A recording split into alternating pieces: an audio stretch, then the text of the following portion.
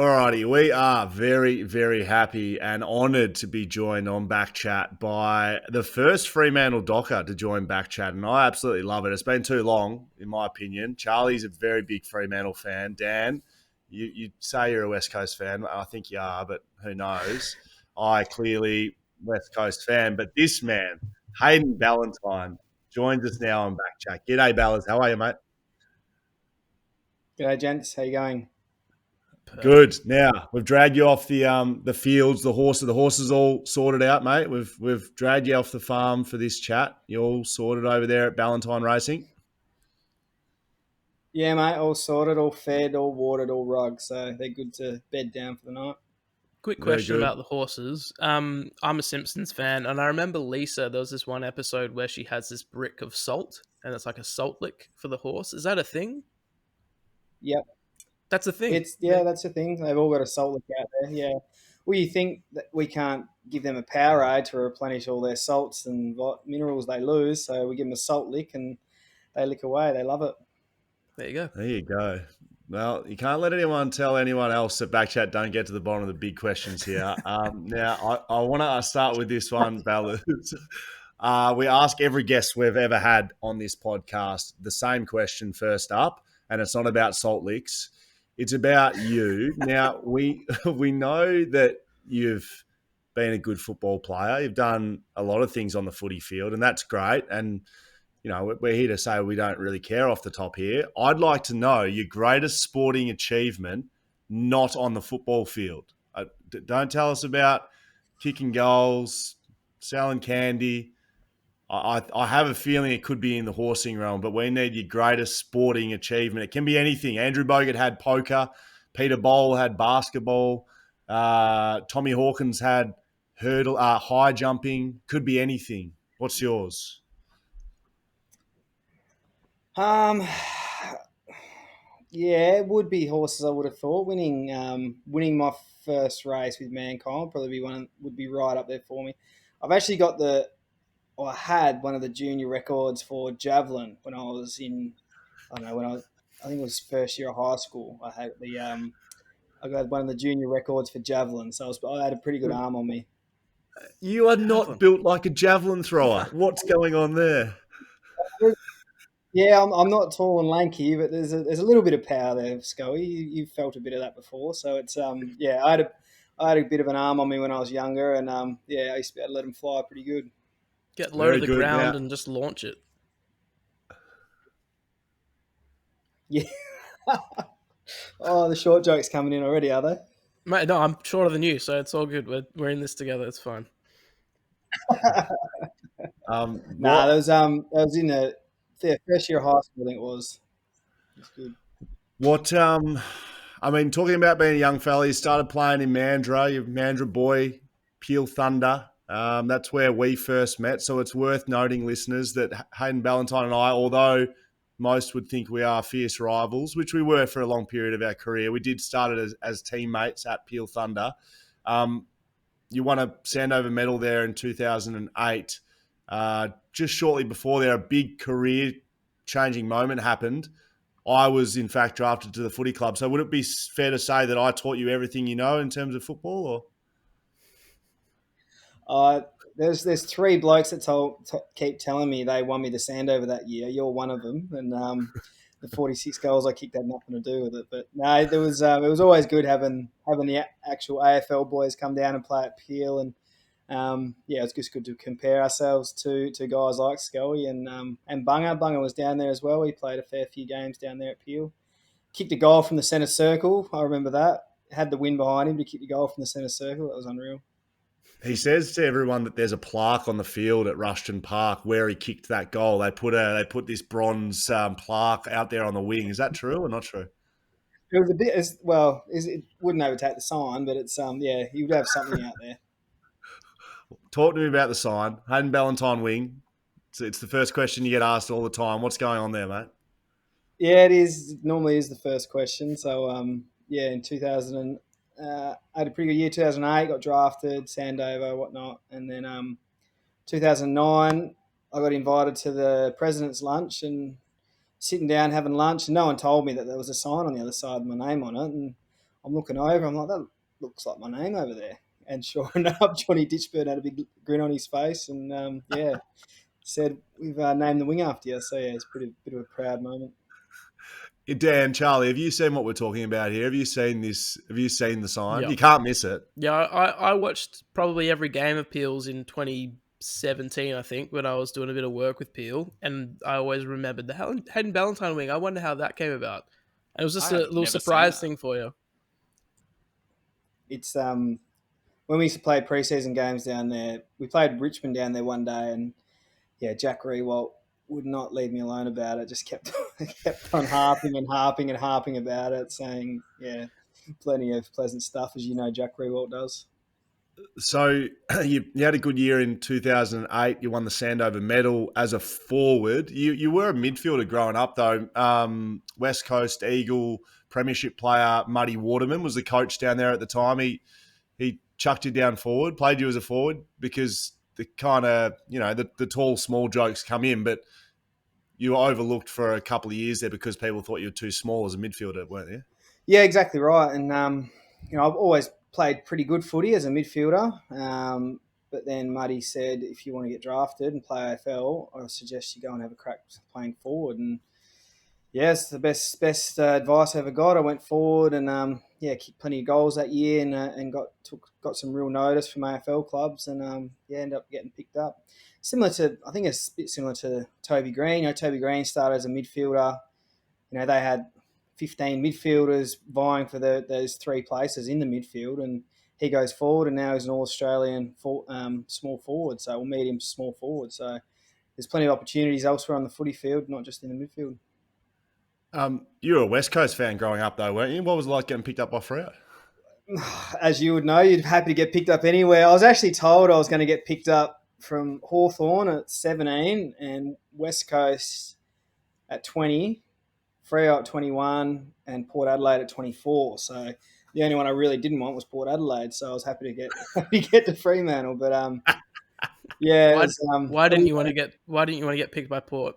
I don't really like Adelaide. It's not Port Adelaide itself. It's just Adelaide. There's not a whole lot going on over there. So I was pretty happy to stay in Perth. Moving to Melbourne to a big club would have been awesome too. But I was very lucky to play all my footy at one club in Perth. It didn't have anything to do with you missing the state combine testing results because you're on a footy trip, did it? Oh, maybe, probably. I never know. It's that's another funny story. I had it all planned. I was going to Thailand with the Peel boys for a footy trip, and then I get a phone call from my manager saying, "What's going on? You meant to be at the Peel at the draft combine." I was like, I thought it was all organised. I could have come over here, and shit hit the fan. And luckily they let me off, and I got to do a beep test by myself. We can hear your kids in the background there, Ballas. You're a father of three daughters, mate. Three girls. Yeah, they're just come in from riding their horses, so they'll be making a bit of noise. Girls. You don't have to. It's all right, mate. There's kids running around everywhere on this podcast too. It's good. Oh, I just want to make the point. You're a father of three girls. I know, spoken a bit to you.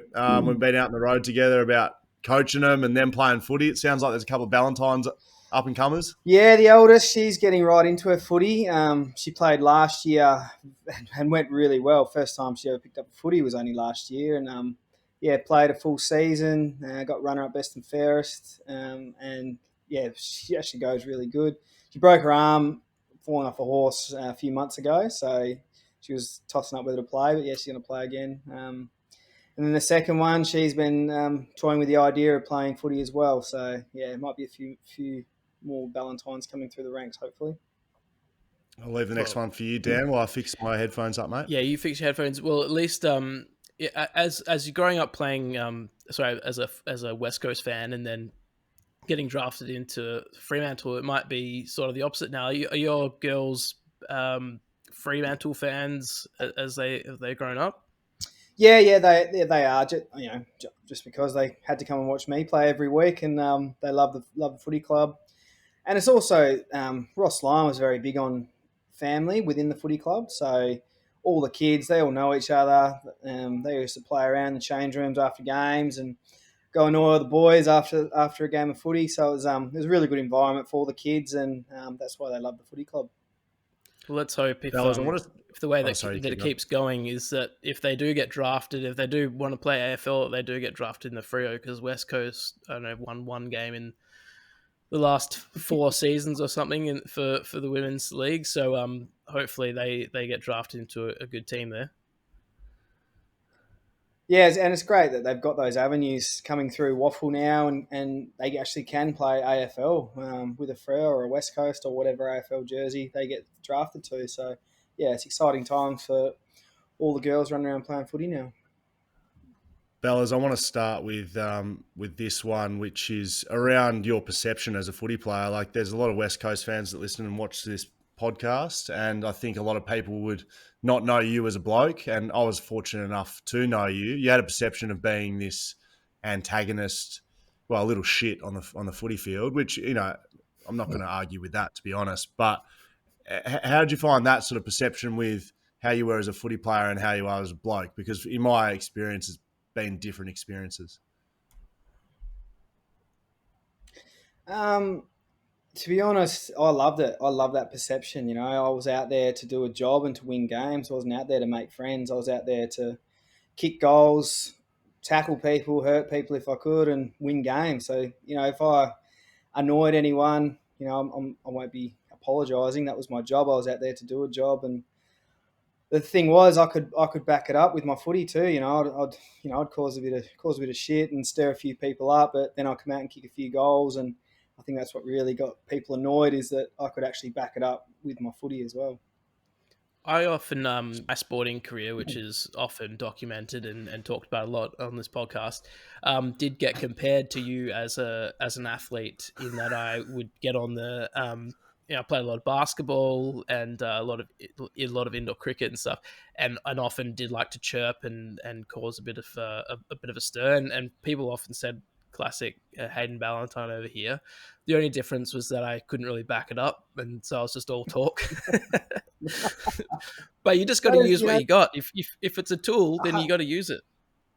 100%. And, you know, I'll probably kick 10, 20 goals just off free kicks, just because someone snapped and chipped me on the jaw, like someone from Geelong did, and I'll kick a goal, and we won that game by 5 points. So, you know, joke's on them because we win the game. But to be honest, it was what the outside perception was. What if it ducks back? I was very determined and very driven to win games and play in finals and try and win a premiership.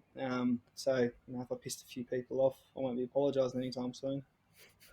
Now, Dan, I'm hoping my mic's still working well, mate, because I made that change up. You boys hear me fine still? Hear you well, loud and clear, mate. Yep. Bella's like, so you did have this reputation of stirring people up, and it's good to hear that you love that as well. I feel like if I reflect on you and me through our careers, I never copped the full wrath, and I was reflecting about it today when I was thinking about chatting to you. I never copped the full Hayden Ballantyne. I really can't remember a time where you really went at me that hard. Why was that? I don't want to say it, but I might have liked you a little bit, maybe. You could have just said I was shit, not good enough to go at.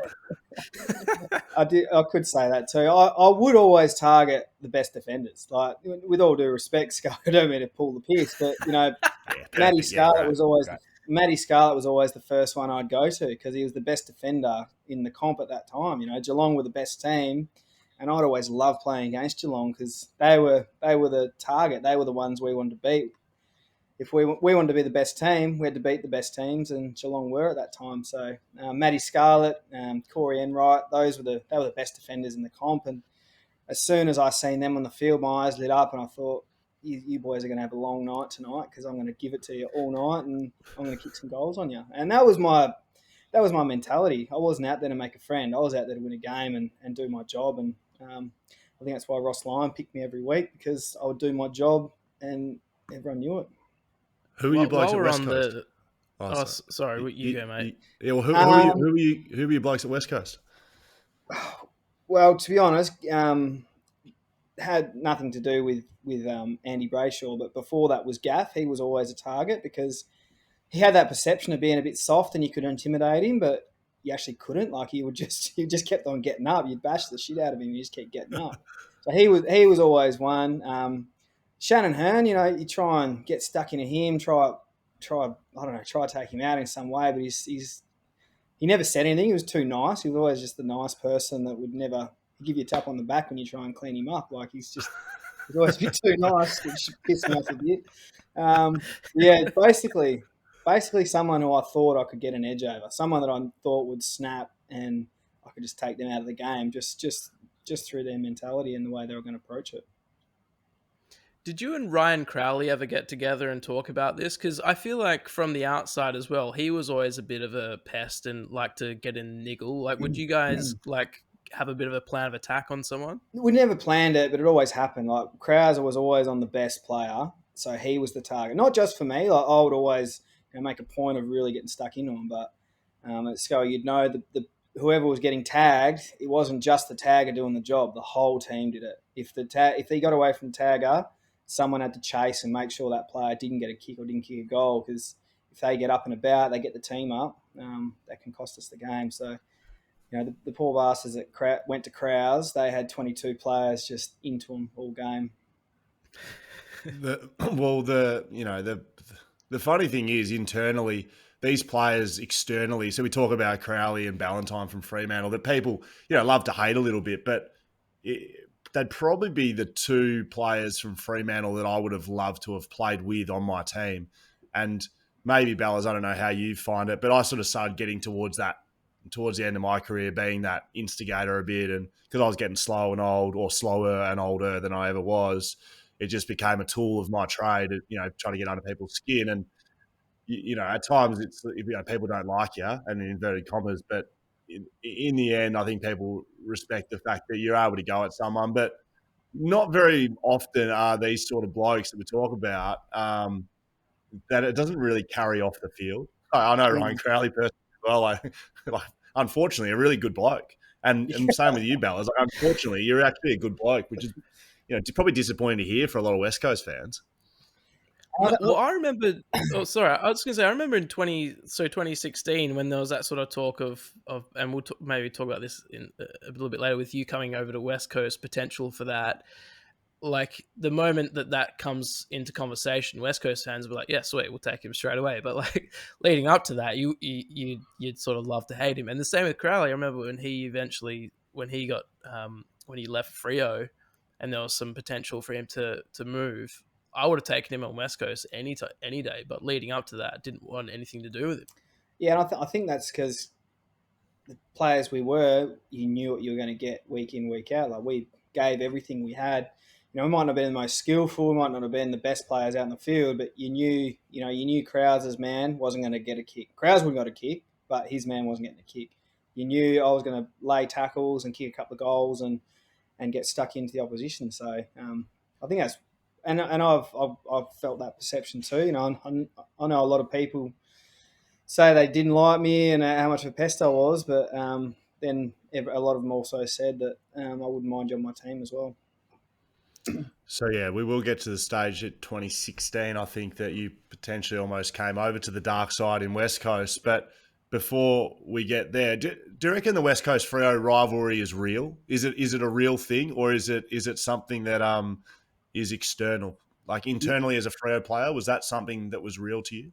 It's real, yeah. 100% it's real. And anyone that says it is full of shit, because anyone that says it doesn't is full of shit, because it's a real rivalry. There's, not just the players. The players really want to get that one just because, it's our town for that, next 6 months, however long it is, and also the fans as well. The fans really build up for it. It's a very small town, Perth, and you want to have those wins when you can. What was it like internally at Freo before a derby? Was it bigger than a normal game? I wouldn't say it was bigger, but you always felt that angst. Like you could always try and block out that outside noise, but it always came in, and you definitely knew it was derby time. The feeling, the intensity in the game. Leading into the game, it wasn't so different. Once you got into the game, you felt that energy from us and from the opposition as well. It just went up 20%, and yeah, you could definitely feel it was real. And we had a good stint there. I think we won 6 or 7 straight. Then it was tit for tat for a while, and lately it's been all West Coast. So yeah, hopefully the tides turn this year for us. I always describe derbies as close to finals as you could get, not in a final, because the finals definitely had that, different feeling of intensity and, contest meaning more. And that's what derbies felt like. So I agree with you. Anyone who says it's not a bigger deal is kidding themselves, because it was as close to finals as you could get. Like, I remember playing my first derby. I don't remember playing my first game against, I don't know, Essendon or Richmond or St Kilda. Like, who really cared? I remember playing my first derby and thinking, holy shit, this is AFL. This is the real stuff now. Yeah, and that we had that with West Coast, from the get go, and then a couple of years in, we built that rivalry with Geelong as well. And whenever we played Geelong, again, they were the best team, and it just happened without anyone saying it. We just put a big target on their backs. And there was a game in 2009. It was my first time I played Geelong, and they were just nasty. They were so nasty. They ended up winning the flag that year, and I thought, I really like this team, and I want to be like this team and beat this team. And then from then on, pretty much from 2010, that was it. We just got stuck right in, and I think we won more games than we lost against them. And I'll never forget, Matty Scarlett stuck his knee into Pav in that 2009 game, and I didn't go over and get stuck into him. That's the one. I don't have many regrets, but I really regret that, not going over and getting stuck into Matty Scarlett, because he stuck his knee into the captain. And but from then on, I made up for it, I think. That's an interesting observation. I had the same thing with Tyrone Vickery. He, I can remember in Coxey's. Well, it was in one of Coxey's milestone games, and he knocked him out in a ruck contest. He king hit him. Yeah. I probably wasn't close enough, but I always remember that instant because I didn't go and just beeline him and just shit mix him. And I had the same feeling about Richmond. Ever since then, I've just hated Richmond. And I never knew that about you, Bellas. It's unreal. Yeah. So back on derbies, right? You had some big derby moments. Let's go through a couple. We'll start with the one that's probably more publicly renowned, which is your shot after the siren. Talk me through that. I missed. To be honest, you wouldn't even be able to kick that fast goalie, so it was a pretty good effort, I would have thought. It was, final siren, 50 out. Quinton Lynch, he's not the prettiest man to look at when I'm coming in for a shot on goal, and he was on the mark, and I had to kick it from 55 and hit the post. So I thought it was a pretty good effort. Could you see him? I mean, you were that far off the man on the mark. Could you even see who was on the mark? Like, you kicked the ball from the middle of the ground, mate. They probably should have called play on, to be honest. But I'm glad they did. Imagine the umpire though, how much shit he would have copped if he called play on. Like, he wouldn't have walked out of that stadium. So what I remember of this, I'll say my side of the story, and you can say how it looked from your boot, Ballas. But two things: post game, I've never seen someone get a bigger dressing down on a Monday than Quinton Lynch did because of the way he manned the mark. He gave you, I reckon, an extra 20 metres to come outside the boundary because of the way he manned the mark. So that was our first. That was, you know how they've got the stand rule now, Dan? You know how you got to stand still? Well, that was the messaging from West Coast, was if you had just stood still, he would have been 20 metres out, but he actually followed Ballas out as he came around, which sort of, the umpire couldn't call play on. The second part I remember, being a tall player, I was on the line, the siren went, and so, pretty much half the team was down there. And I looked at Eric McKenzie next to me, and another tall player, Nick Nananui, was behind us, and we had a three-way quick conversation. I had to be quick because Ballas was going back to have a shot, and said, all right, Nick, you use us as a trampoline. We're going to position ourselves as a human scaffolding, and you got to climb up and mark the ball and walk off the ground with the ball in your hands. Anyway, Ballas comes in, kicks the goal. I think I'm linking arms with Eric McKenzie. This is how stupid it was, and we're watching, and I just got frozen in time, and I was on the complete wrong side of the goal. Me and Eric with this springboard that was nowhere near where we needed to be. Nick Nananui had nothing to do with the contest, and it required a sort of a Josh Kennedy, Hayden Ballantyne poster. Don't know how it sort of didn't go through the goals to kick the goal, but I just remember being frozen in time. I thought it was a goal, Ballas.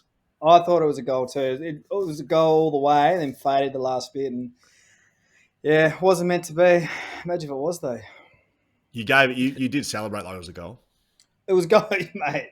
We all were. It was going in. It just that last 10 meters just faded and hit the post. But yeah, Was it ever not going to be your kick? Because there was quite a few people there, and Good it's sort call. of like you question. sort of waited there, but like you were probably the closest person to the umpire. Was there any quick well, the other discussion of who bloke, won? the only other Freo player that was within the vicinity was Adam McPhee, and he can barely kick over a jam tin. So and being a small forward, big head, I wanted to have the shot and try to get all the glory myself. So I did my best. I remember Adam McPhee's. They used to spin a lot. Is that true? Just a quick recollection of Adam McPhee kicking the ball. He used to have a lot of backspin, and they used to go about 20 meters. Yeah, never used to kick it long. Yeah, he would just his job was either handball or kick it short, just hold the ball up. That was know your strengths, mate. All right, another derby moment. You kicked 6 goals in a derby, but no Glendenning and now Glendenning Allen medal. 6 goals and no medal. What happened there? Yeah, I wasn't too happy about that. My big mate Aaron Sanderlands pinched it off me. I think he had about 70 hitouts or something, and he did. He was okay, but he wasn't 6 goals. 6 goals too, and I think I had 20 something possessions as well. So it was a decent game, and he took the Glendenning. I got the Brownlows that game, and top votes in the BNF. So I'll let him know about that as well. And probably a sour note, the Andrew Gaff, Andy Brayshaw incident in 20. What was that? 2018. 18 or not? 18 it was, yeah. 18. It was 2018. Premiership, yeah. Yeah. That that was a big moment. It's not a good one, but you're involved in that pretty closely. Yeah, it was. I was actually on the bench when it happened, and Lockie Neal said Gaff just belted Andy, and Andy was on the deck. And I said, like I was saying before, I was like, no, because I played footy with Gaffy over in Ireland for the international rules, and he's the most placid, nicest bloke you'll ever meet. Like, barely says boo, and I thought, no chance. Like, if you look at the swing, like he he doesn't even know how to punch, let alone actually landing one. And then he did. He just took a wild swing, and I don't think he actually intentionally meant it, but he got him, and he was. We were out for blood, and I'll never forget Ross. I said to Ross, "Can I get him?" And Ross looked at me like he wanted to say yes, and he said, "No, don't dirty your name." So I had to keep me fist to myself, and I still lined him up. I ended up breaking my thumb trying to line him up coming in off the square, but it wasn't a great day for me. So Ross, the boss, has said no, you can't get him, but you've tried to anyway. What was said at 3/4 time? I'll give you my perspective at the end of all this, but I'm interested to know sort of what were the discussions from the Freo side. Yeah. So it was. We were all told what happened, and we were to go out there and stand up for our teammate, our brother. So, when I said let me get him, I wanted to go out and have a proper biff. Like, it was pretty bad what happened, and we were going out there to have a proper go. But Ross, wouldn't let us. No demo derby 2.0. There was a couple of the boys still stood up for the Freo lads still stood up for Andy. It wasn't like you said, "Oh, no worries, Ross, we're not going to stick up for him." You're still within the rules. A few hard tackles, a few boys target him for most of the game. That was it. We still try to keep within the rules. We didn't want to get a bad reputation as thugs or anything. So we weren't going to let it slide, but we weren't going to overstep the mark too much. And that was pretty much all because of Ross's words. So I was I played that game and did my hammy in the first quarter, and I was on the bench too. And the first I knew about it, it was the Freo side of the crowd were booing Gaffy every time he got near the ball, and I couldn't figure out what had happened. So the actual communication to our side of the bench, I didn't know what had happened until 3/4 time, and and that, like, God's honest truth, like, that's what was sort of going on. I was like, what's happened? And then I had the same reaction as you, and you're spot on. Gaffy, if I had to name out of 45 blokes on West Coast list at that time, he would be the 45th bloke to have done that. And so that's why, although it clearly wasn't an accident in terms of, it didn't, he hit him in the head, but he didn't go out there going, "Oh, I'm going to punch on with someone." Like, he's just the most placid human being you'll ever come across in your life. So the way it sort of went down was just strange from my point of view. It was like, I've never seen anything like it. But then I guess, at the time I was really fired up. I couldn't get out there and defend Gaffy because he was my teammate. You got someone getting targeted by an opposition, no matter what's happened, you're going to stand up for them. So I was all riled up on the bench, wanting to go out there and probably fight you, Bellas, and fight everyone else who was targeting Gaffy. But, looking back on it now, and I was, pretty defensive of him in the media that week, and, as I would, but looking back on it now, I can respect what the Freo players did as well. Like, if one of our first year players, our number one draft pick, got effectively king hit by a Freo player, I'm sure just as bad, if not worse, would have happened from our side. So I saw a lot of commentary around from different supporters. Freo fans and Freo players shouldn't be doing this. Like, you boys were just standing up for your mate. I think any other team or players would have done the same thing. Like, it was a bloody hard situation to watch, though. It was a strange one.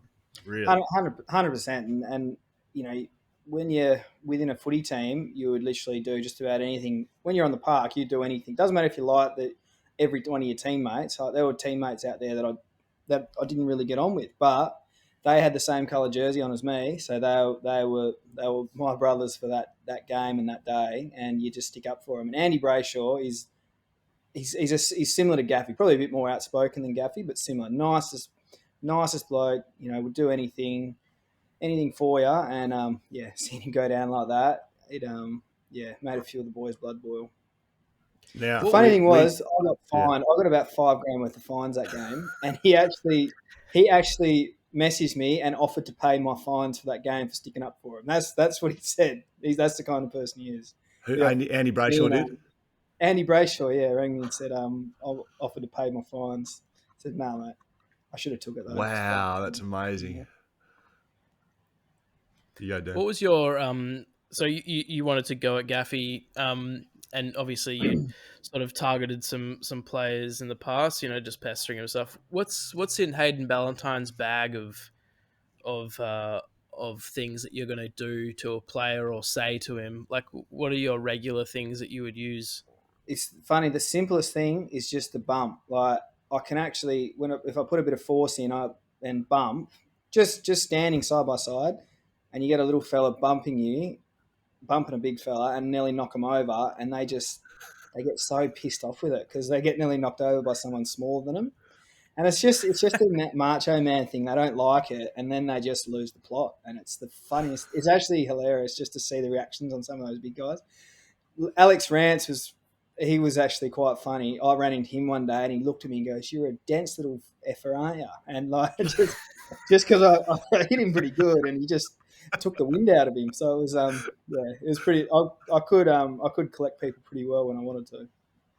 You have a little pinch, little elbow Yes, in there. you see that in the media. That's that I was taught all that stuff from Stephen Baker. He used to play on me, and I was actually quite nice until he played on me for the first few times. And he'd punch you behind the elbows, and you couldn't feel your hands the next 3 days. Like, the elbow punch used to really hurt. He'd pretend to push you in the chest, and he'd stick his fingers in your throat so you can't breathe for like 30 seconds. The pinching was a good one. That used to really hurt. So there's a lot of stepping on toes, walking past someone and just sticking the knee in. That's just things. Sammy Mitchell, he was classic for that, sticking the knee in every now and then. It's just little tricks of the trade you learn off the more senior players. Speaking of punches, I've got to ask something. I was doing a bit of research earlier, and I was watching some Ballantyne highlights, and one of the top things that came up on YouTube was he punched me in the nuts. that when Heath Shaw hits you. Well, how's that getting caught on the microphone? Yeah, like, it dropped me. It hurt because he got me flush, and I was getting stuck in him on the deck, and he's just similar to the Gaff, just a swinging fist, and he got me right in the sweet spot, and it hurt. And another one. It's free shot on goal and kick the goal. It's very good. So let's talk about Ross Lyon and what he was able to do with your footy club for a decently long period of time. You've openly been pretty close to him, both publicly and at the footy club, but also privately. What sort of relationship did you have with Ross? Yeah, really, really strong relationship. And again, he likes and respects the players that give effort and give everything they have for their team. And that was something he kind of built into me. I always had a crack, but he really focused on that and he rewarded that a lot. So I knew if I went out there and give everything every week, I'll be playing every week. So, but he also brought a lot of discipline to the footy club. We were a good team that would win games a bit sporadically. We'd go through, win 3 or 4, then we'd lose 3 or 4. We could always kick big scores, but then we get big scores kicked against us as well. And he recognised that straight away and just brought that defensive method to us. Kicking goals wasn't our problem. It was stopping the opposition from getting runs on. And once he instilled that into us, that defensive method, the goals just came naturally. And then we took off. 2012 was his first year. And we played finals 12, 13, 14 and 15. So, proof's in the pudding of how good a coach he is. I mean, people externally think that Ross Lyon is defensive, defense only, game plan. But it sounds like it was more the discipline aspect, and you knew what you had to do on the defensive side of the ball. Like you guys were still scoring and playing well, attacking wise. Our defence started in our forward 50 though, with forward pressure. Once we got it inside our 50, you'll see all our forwards are just harassing the shit out of the opposition defenders. Our mids are pushing in, trying to kick a goal, and our defenders are pushed up to the midfield, where once the opposition do kick it out, you've got Luke McFarlane and those type of guys marking the ball and trying to kick it back in 50. So everyone says that he's such a defensive coach, but realistically, he was teaching us to defend inside our 50 where we'd kick goals. So you mentioned 2012, 13, 14, 15. They were the years you made finals. I mean, a really strong period of time for the footy club. You made and lost a grand final in 2013, finished top of the ladder 2015. What that period of time, how do you look back on it? We'll speak specifically about the grand final, but that period of success, how do you look back on that personally? Oh, the best memories was when you're walking down the race and you're looking at the players that are around you and how focused they were, and they were just animals. Like you just knew what you were going to get every week, and you'd look at the opposition. I'd love Anzac days where you could actually look them all in the eye when they're lined up, and you just think, you poor bastards are in for a big night. So that was the best feeling ever, where you just knew the opposition were going to have a tough night. That if they were going to win, they had to play out of their skin. And, they were the only teams that really beat us. Hawthorn were a super team who beat us on more occasions because they were just good. They were just better than everyone else and better than us on those nights. What are your reflections on 2013, the grand final, losing grand final? How do you look back on that day? I don't look back at it with any regret because of how much effort we give. Like we were within 2.5 kicks of beating the best side for that 3 years in a row. They've gone they won it 3 years in a row. They beat West Coast and Sydney by 50, 60 points. We lose to them by 15, and we had more marks inside 50, more shots on goal. All the KPIs, majority of our KPIs, were in the green.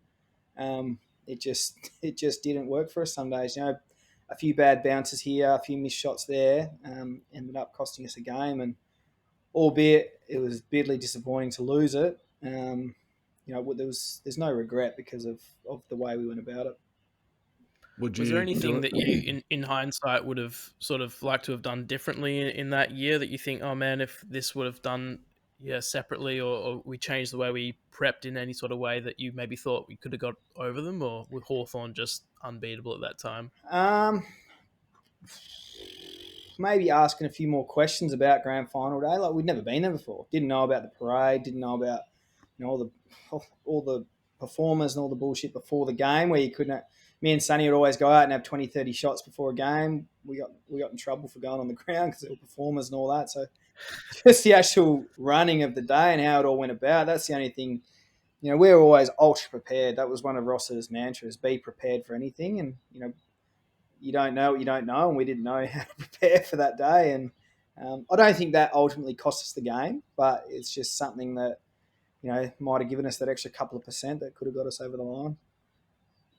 Would you have done anything, like Dan sort of say, would you have done anything differently? But if you did have that opportunity, so you finished first in 2015, which is the year that I think it probably should have been a Fremantle West Coast Grand Final. I mean, it was going that way. We finished top two, West Coast second, Fremantle first, and both had home prelims.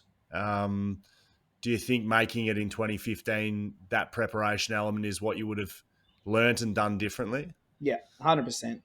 And also, it's pretty topical at the moment, the umpires, but also maybe trying to build a better relationship with the umpires, because if you actually have a bit of a relationship with them, they get off your back a bit more. Like, they don't, like, I didn't get on with them and they knew it, and it felt like we were targeted a little bit because, we'd always let them know our feelings, as I know you let them know your feelings as well, Will. But I think if we built a better relationship with the umpires and not spray them all the time, that might have helped a little bit as well, because there was a goal kicked against us in the final where I'd put a block on within the realms of fair, like just stepped in front of who's 16 for Hawthorn, the runner.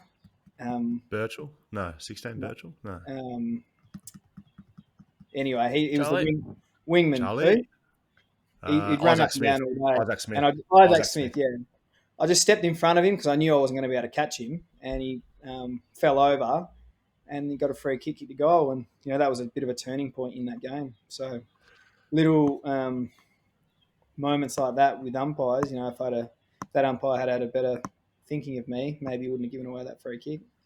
I definitely. I've got to ask about. Yeah, you go down. I've got to ask about 2015. So I know it's a classic sports cliche of one game at a time, like, focusing on this week. But I mean, I guess this will be a question for both of you. Was there like discussion amongst anyone of like, man, this could be a derby grand final after the end of the season? It could be what? Sorry, a derby grand final. Yeah. Nah. That, albeit the derbies were always a bigger game, that never really crossed my mind at all. It was more, let's just get there first. We just wanted to get there because we knew if we got there, we'd be hard to beat. We just didn't end up getting there. Hawthorn ended up getting there and getting the chocolates. But, we were just solely focused. We played Sydney, beat Sydney, and then we had a week off and thought we'd be fresh going into the Hawthorn game. But, there was actually a few lethargic boys. Sydney was my first comeback game from a torn pec. I tore my pec off the bone. And I'd missed 10 weeks and came back and played Sydney and felt amazing. Your first game, you always feel amazing coming back from long-term injury. And then the following week, I could barely get out of second gear. I was absolutely fried the whole game. And, it was hard work trying to get through the whole game. Well, I remember watching, because you guys played on the Friday night, I'm pretty sure, in 2015. Oh, yeah, I think it was, yeah. Yeah, because like we watched, and you were leading for a fair bit. It was a bit of a arm wrestle, and there was some sort of stuff that happened late that ended up costing you the game. But that's how footy goes. But I remember watching it, thinking I wanted you guys to win, because not that West Coast thought we could beat Freo, because Freo were probably the best side all year, but I thought we probably had a better chance of playing well against Freo than Hawthorn at the G. It was the G thing for us, and seeing you guys lose, we went and beat North Melbourne, but then we had to go back and play Hawthorn again, and it was interesting. Listening to you speak about that preparation element, because like we had what you had in 2013, although it was worse for us probably, but we had the opportunity in 2018 to kind of redo it, and I. Not that I'm, gloating or anything, but I feel really, it gave me a bit of closure, because 2015 for me was just this, horrendous kind of moment in my footy history. And that's how I would have looked back on it without a chance to kind of redemption. And I know a lot of guys felt the same way in our team. So I just certainly don't feel sorry for you, but it was definitely a benefit for us losing that game, that whole lose one to win one. I think you'd agree, Bellas, if you had have had an opportunity to play again, you would have been in a better position to at least perform, like to, Yeah. not to win or lose, but you would have just been in a better position having been there before. Yeah, 100%. And that's and you're right. You don't have to lose one to win one, but if you do lose one, I don't think you'd be losing the second one. Yeah, correct. You catch up pretty regularly with that group of players. What's that's your personal. How does the rest of the group look back on that period of time and 2013, 2015? No, there's some little feet. There's some little feet coming up the stairs. You'll say goodnight. Oh, she's got. Hey, go put some pajamas on. Go on. Shh. We'll get Dad back to you in a second. Yeah, so we catch up. Obviously, oi, go put some pajamas on.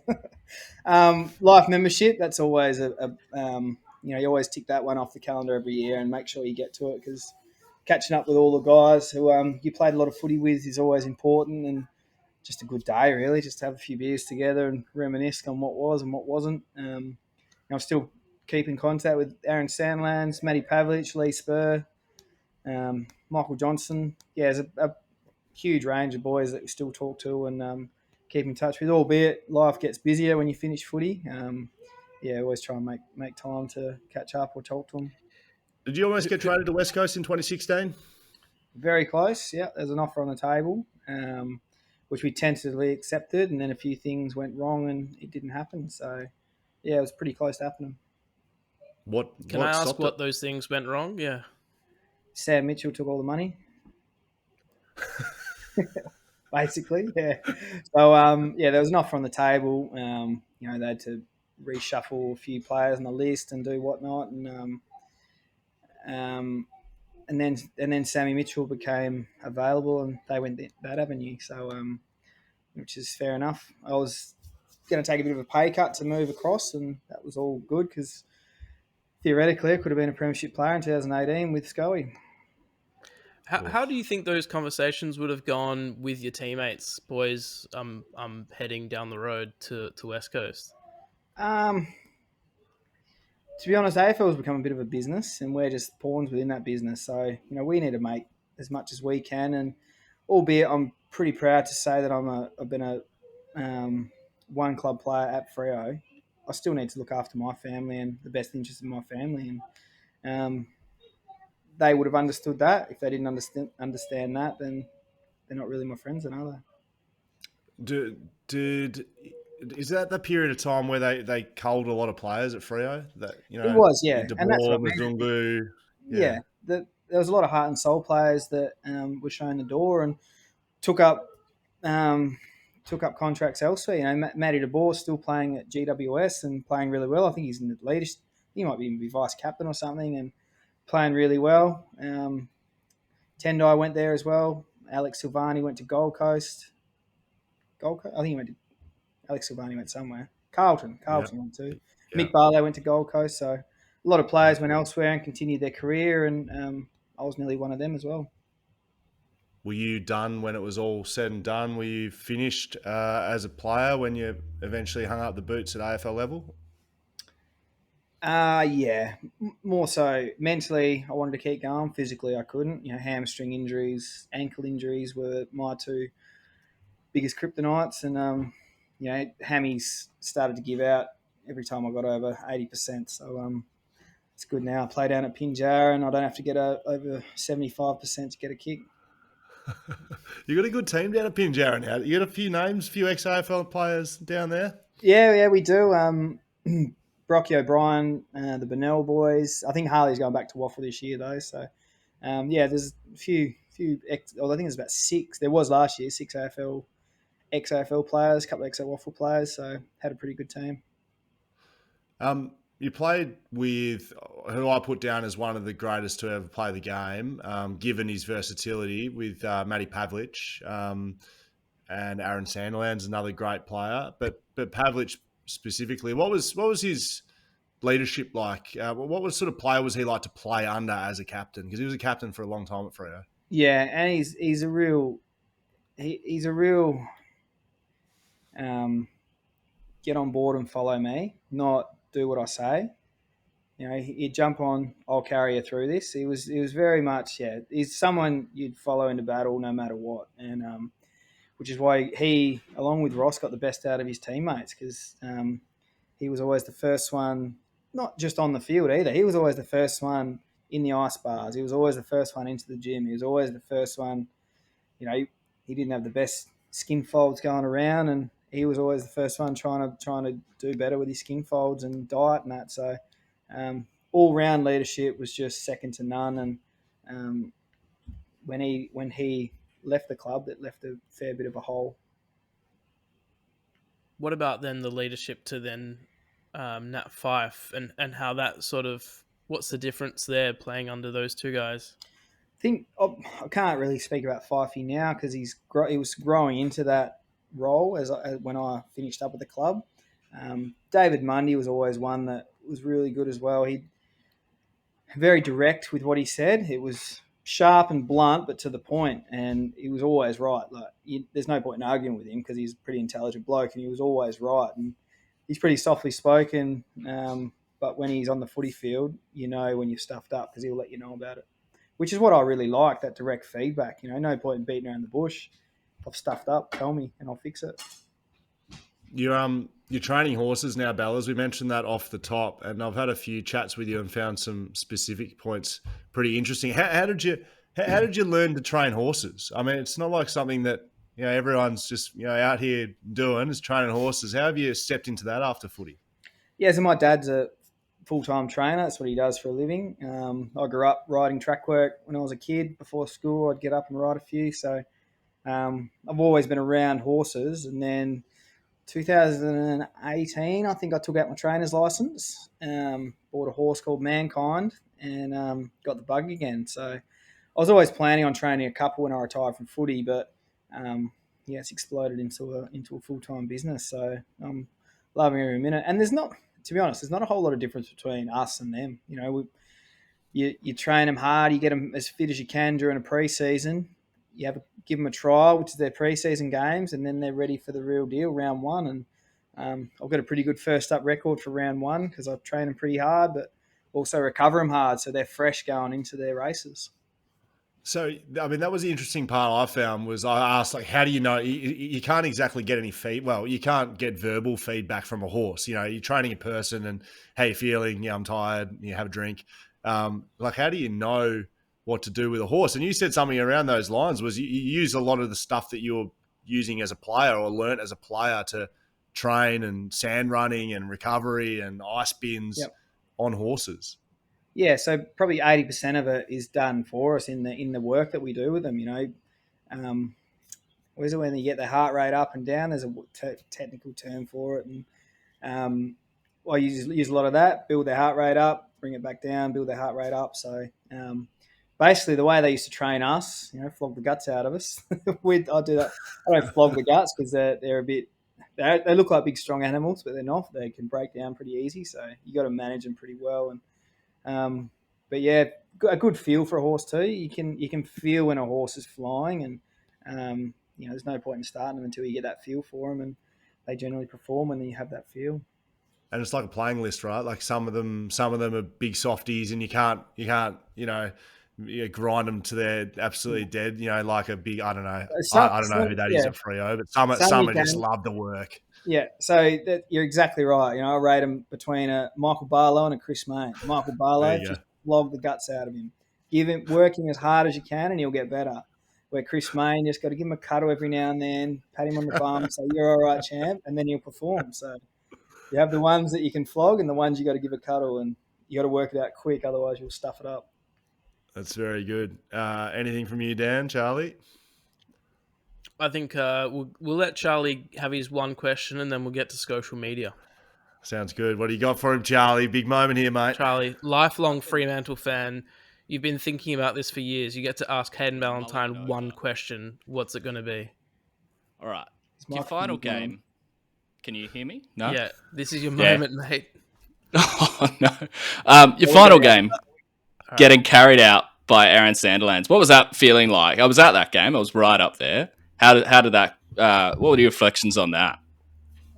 Well, we never planned any of this, and we've done our lap with the kids and walked around and waved to everyone. And little backstory to this: my eldest daughter wasn't there because the morning of that day, she had a pony club event, and her horse nearly bit her finger off. So she was in hospital having surgery on her finger while I'm playing my last game. So, a little fun fact for you there. But we've played our game. We got beat by Essendon by a couple of goals, and the crowd were just unbelievable and giving us a send off. And then we're about to walk off together, get carried off, and he goes, "Get on my back." I said, "I'm not getting on your back." And he gave me the look. Aaron gives you this look when he doesn't ask twice very often. He gave me the look to get on my back. So I was like, "No worries," and got on his back and carried me off. And it's actually pretty cool. The photos, there's a photo from behind where it's me and him waving and all the crowd and the players lining up. It's actually a pretty cool moment and something we're pretty privileged to do together, being good mates. Who do you think was lining up to carry Aaron off? Surely no one's lining up to carry him off. No, there's a couple of big boys. We actually did it. We had couple of shandies that night and got a bit pissed, and we reenacted it at his place, and he got on my shoulders, and I couldn't walk for that 3 days later. My back was that sore. 125 kilos, and I'm walking around like I was pretty tough. But yeah, I was struggling the next day. Oh, if you could get me some photos of that, that'd be very much appreciated. Hey, but while you were telling that story about your daughter getting her fingers munched off, do you mind telling that the snake, the snake story with you? Can you tell that? So we have pretty good run-ins with the wildlife around Perth. So this is incredible. Listen up, everybody. We lived on a property in Serpentine, and I was just doing a bit of welding in the shed, and I had one of my mates. He's got this old vintage Kingswood, and my middle girl now, she was 2 at the time, was playing in it. Loved playing in it, hooting the horn, scaring the shit out of me. And she was in there one day and went all quiet, and I've gone in. I said, "You okay?" And she held her finger up with thumbs like that and goes, "Sore." And as she said sore, this big, huge dugite slithers out of the car. And I'm thinking, oh my God, she's been bitten by a snake. And I've got her out of the car. I've looked over her hand, and you can see these 2 little puncture marks on her hand. And I've just got into action. I've got her in the car, and I was doing about 180 all the way to the hospital. I rang the hospital. I was going through red lights, hooting my horn like I was an ambulance. And I've rang the hospital. I said, I'm coming in hot. My daughter's been bit by a snake. And the person on the other end of the line saying, "Are you sure it was a dugite?" I said, "Mate, I know what a dugite is." And then got there and wrapped it up, and it's swollen up like 3 times the size of normal. And luckily it was trapped within the muscle. Somehow the venom gets trapped within the muscle and breaks down in there, and didn't get too much into her bloodstream. So she was one very lucky little girl. She's only 2 at the time, and it was about 1 o'clock. I'll never forget, it was about 1 o'clock, which is normally when she goes down for a bit of a nap. So she's like going to sleep in the back of the car, and I'm screaming at her and like smacking her leg to make sure she stays awake, because I didn't know if she went asleep she was going to wake up again. So yeah, it was a bit of a scary moment, but one we got through, and now she brags that she's bitten by a snake. Of course she does, mate. When you told me that the first time, it made me like actually sick. Does that make you feel sick, Dan, as a father? Yeah. Especially when you said like hand up and she was saying sore. I was like, that hit me. I was just like, oh boy. The funny thing is, we were at the there's like a Peel petting zoo down in Pinjarra, and we were there about 2 weeks before holding a snake, and she's patting this snake. So I reckon she's gone down to say, "Oh, there's a nice pretty snake." Gone down to grab it, and let's just give her one. Oh, God. Everyone listening, don't take your kids to the petting zoo with the snakes, otherwise you get a snake bite in the Kingswood. It's funny now because she survived, but fuck me.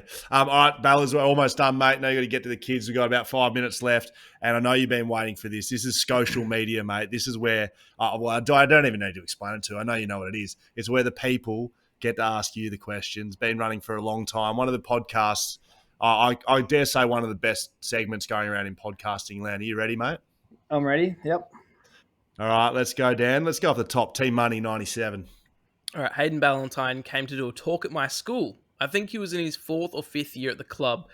One of the year 6s One of the year sixes ran up and dacked him in front of the school.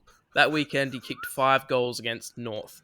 A note on this is that that you've never kicked 5 goals against North, actually, but you've kicked 4 against North in 2011. Do you remember getting dacked in front of in front of a school? No, that's something you probably remember. I don't really remember that happening. Oh, wow. But if it did and I kicked 4, maybe I should do it a bit more often. Oh, you beauty. Liv_Flora. First one from Liv. Okay. What do you love most about working with horses? How similar it is to footy players, building them up, putting all that work in as like I said before, like a pre-season, and then seeing the results of them winning and performing how we'd hope they would. So, there's nothing more satisfying than seeing your horse come around the turn of the 400 and it looms up and wins. There's no, even on or off the footy field, there's no better feeling. It's just the buzz you get from it is just, phenomenal. So better than playing, better than footy, you think? More intense, yeah. Like, you kick a goal and it's, you get a buzz, and this buzz is just, it's for the, I don't know, it's hard to explain until you've done it. It's hard to explain, but I suppose most other horse owners, if you know, it's just it's a different feeling. Is it because there's a bit of pressure, Bella? Like, I mean, you've got some co-owners. It's not like you own every horse that you train. You train other people's horses. Is it that as well? You're almost like a coach, and I think it's more providing the joy. yeah, that's exactly right. It's more like this. It must be like the feeling a coach has when the team goes out and does the task how he wants and they win, because it's out of my control. Once I leg that jockey up, it's out of my control. I've done everything I can do. I've prepared it as best I can. Now, hopefully, the game plan works and we're fit enough to get the job done. And when it all comes together, it's like, how good am I for putting that horse together or that team together to win the race? Seeing as we've skipped over a couple of Scotia questions because we sort of already asked them, and talking about Buzz kicking a goal, I got to ask, 2011 goal of the year. Do you recall that goal being special? Was that like, oh boy, that was a good one, or like, because you kicked a lot of goals? I've probably kicked better goals and didn't get goal of the year, which I was a bit more disappointed about. There's one, and I've kicked a few on the run at Subi that I think were more impressive, but I got a big home screen theatre system. The prize was pretty good, so I'm not going to complain about it. It was good. I know you're paying, Bellas, if that makes you feel any better, mate. I've kicked some good running goals now at Subi as well. No goal of the years for me. Kaylin, 86. You need to learn how to celebrate a bit better, mate. That's what it is. Oh, mate, I think I kicked 22 goals over 14 years, so I don't get many opportunities. I thought I did my best. I mean, at least I celebrate when I kick a goal and not when I miss them. Well, there was a goal. Yeah, good on you, smart ass. There was a goal I kicked, and I celebrated that hard. My pec started cramping, and I had to go off and get the physios to stretch Greg Mullings had to stretch my pecs out because I was cramping that bad in my pecs. That's how I was tensed up so hard. Oh, and you've torn your pec as well. Was that before or after your pec? Maybe we just found the cause of your pec injury. Nah, that was the following year. The following year, I tore my pec off the bone. Well, there you go. Maybe you should have wrapped it up. I've got a couple more socials to get through. How about Saxon_Soundnesses? What are your favourite current and also all-time pests in AFL and other sports? What about some other ones and other teams that you aspire to be like? Out quick. Currently, Toby Green. Toby Green would be the. I love watching him play. He's got a bit of character, a bit of personality, and he plays the game on his terms. I love watching him play, and he gets labelled as a bit of a pest as well. But he can back it up. He kicks goals. He wins matches up his own boot. So I love watching him play. I suppose Stevie Baker. He was someone that you love to hate because he was such a good defender, and he always used to play on me and bash the shit out of me. But again, wasn't the most skillful, wasn't the fittest, wasn't the fastest, but he just got the job done, and didn't matter what it took. He wasn't out there to make friends either, but it didn't matter what it took. He got it done week in, week out. Do you reckon those sorts of players are going out of the game more so than coming in? Like, is it? 100%. It's too nice footy now. There's no not enough characters to make it really entertaining. It's very, very clean and crisp, and you get a high mark every now and then, but there's no big contest because everyone's scared of accidentally bumping someone and getting 4 weeks for it. Yeah, heard it first. Last one, Mark Blakely. All right, being a huge Eagles fan growing up, who was your favourite player? I had quite a few. The Matera brothers, Peter Matera, watching him glide around the Subiaco was always, privileged to watch. Phil Matera, obviously a fellow small forward. He was always a great player.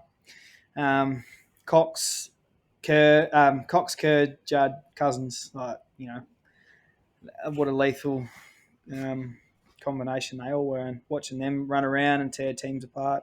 Juddy would win games off his own boot as well. So they were probably Dean Kemp as well. He was someone, I think he was underrated a little bit. You see some of the things he used to do. He was probably didn't get the accolades he probably deserved. All right, Bellas, you've done well, mate. Appreciate you taking some time away from the busy schedule with the horses, but more importantly with the daughters. If they're not already in bed, we'll let you get back and chuck them in there, mate. But lovely to chat to you. Had a great career. Always loved used to coming up against you, and would have been nice to have played with you, but we didn't get the opportunity. No worries. Thanks, boys. Thanks for having me on.